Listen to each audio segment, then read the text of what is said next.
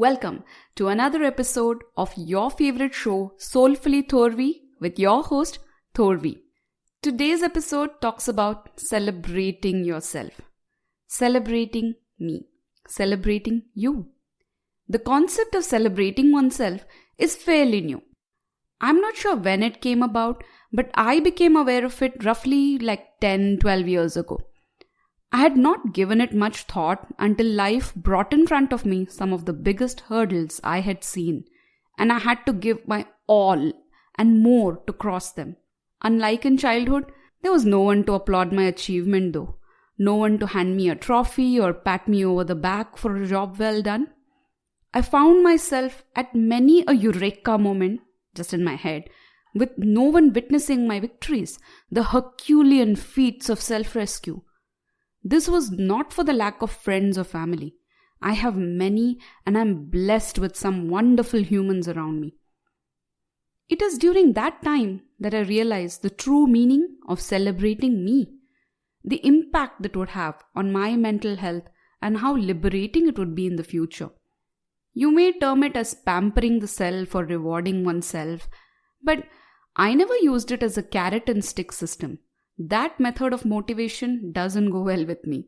It took me years of self-introspection, reading, educating myself to understand that what I had experienced was not a normal childhood. I was a survivor of a narcissistic parent. It took me years to acknowledge the deep-rooted thought patterns this had caused, especially around self-worth. I'm not an expert in this, and I'm not mastered self-worth yet. Like many of you, I am trying. I started out like any ordinary girl, fresh out of college with many dreams. Unfortunately, my big dream was influenced by movies. I was also taught by society that celebrations are meant only for certain occasions and milestones in life. Like you can celebrate your birthdays till you turn 18 and after that you're an adult, right? So why are you celebrating your birthday? Engagements, weddings, childbirth. These are the occasions that are meant to be celebrated, correct? Everything else is vanity and a waste of money. Not worthy of a celebration. That was my concept as well. Let me start by setting the scene so you can kind of understand what I'm talking about. So my idea of a relationship, as I mentioned, was highly influenced by movies.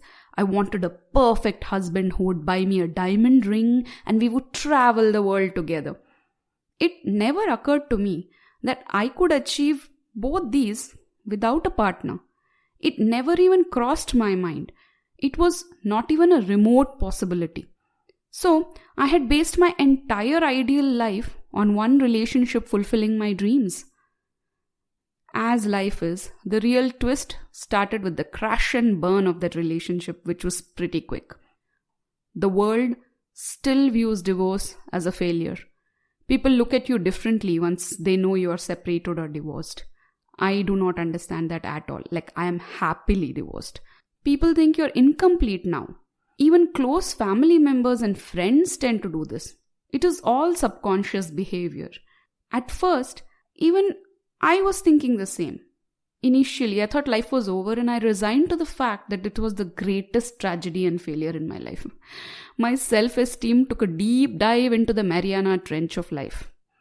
As my self-introspection and study widened, I noticed that I have always been my own best friend.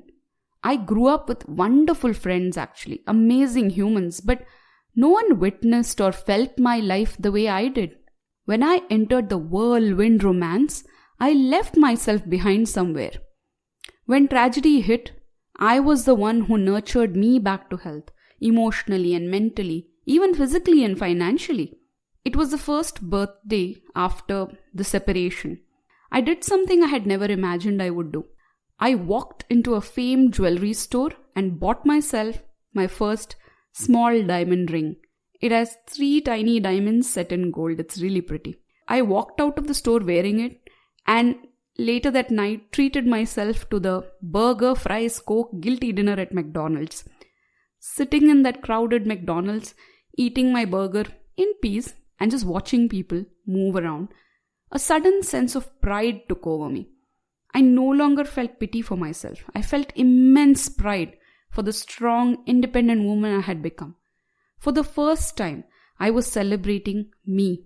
I was breaking the stereotype in my own head around celebrations. I had not discussed this with anyone. It was not pre-planned. This was totally a spontaneous affair. Ever since then, I have worked hard and played harder.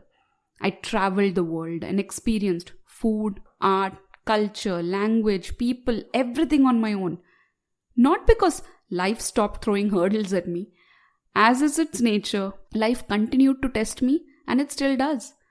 But every time I overcome an impossible situation, I marvel at my own resilience, and all the more reason to celebrate me.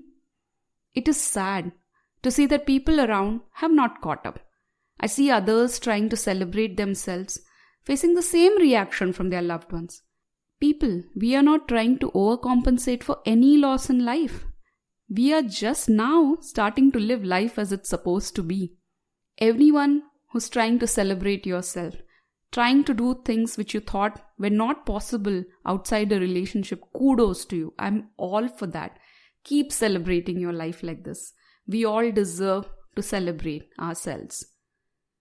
Achievements need not be huge. For the general public, they usually need to be huge. Like maybe you climbed Mount Everest or you just ran a huge marathon. But my advice is, do not expect anyone to understand or join in your celebrations. It is great if they do. But remember, celebrating you is important. You existing is reason enough to celebrate. You deciding to live today and give it your best is reason enough to celebrate. Do not keep anything for special occasions. That some fine day in the future I will use this fine cutlery or this fine wine or this nice bedsheet. If the opportunity presents itself, go for it. Celebrating you should be a matter of pride and a personal sense of high self-worth. It need not be a diamond ring. It can be a slice of pastry or a long solo drive on your bike. It can be a book, it can be a spa day, an ice cream trip, or an actual trip to Venice. It can be sneaking into the bedroom for a power nap or getting your nails done nicely at a salon. To summarize my rant, don't wait to be celebrated. You celebrate you. Because no matter how close a friend you have, only you know what makes you happy and what you have survived in life. Self-talk is of utmost importance. Praising yourself for achievements even your parents or spouse cannot understand. Live life fully. Throw yourself parties. Invite people to join you. If they don't, party anyway. You are the precious gift of God to you. Only you will remain with you till you die. Everything and everyone else cannot be guaranteed. I understand. Not all the days are same. You will have good days and bad days. Days when your self-esteem might be very low. It is all right. You are allowed to wallow in self-pity for a short while. But when that passes, be ready to celebrate you. This can do wonders for your mental health and self-confidence. As a species, we are social, and hence celebrations are social gathering events. But the pandemic has shown us that we cannot take our freedom for granted. Should we be sad if on a joyous occasion we are in a lockdown? Not at all. We should learn to celebrate no matter the circumstances. Don't get me wrong. I am not advocating isolation. What I am saying is, let us remove the tags and criteria for celebrations. Let us learn to applaud our own good work. Charity begins at home. Remember that. You cannot give if your cup is empty, and no one is going to fill it up for you but you. Be your own favorite person in the whole wide world. Your energy and optimism will be magnetic. Society's milestones do not dictate your worth. Nobody and nothing defines you. You are amazing just for the fact that you show up every day. So go out there and treat yourself to a small celebration of being you. Until next time, take care and loads of love. Signing off, your host, Thorvi.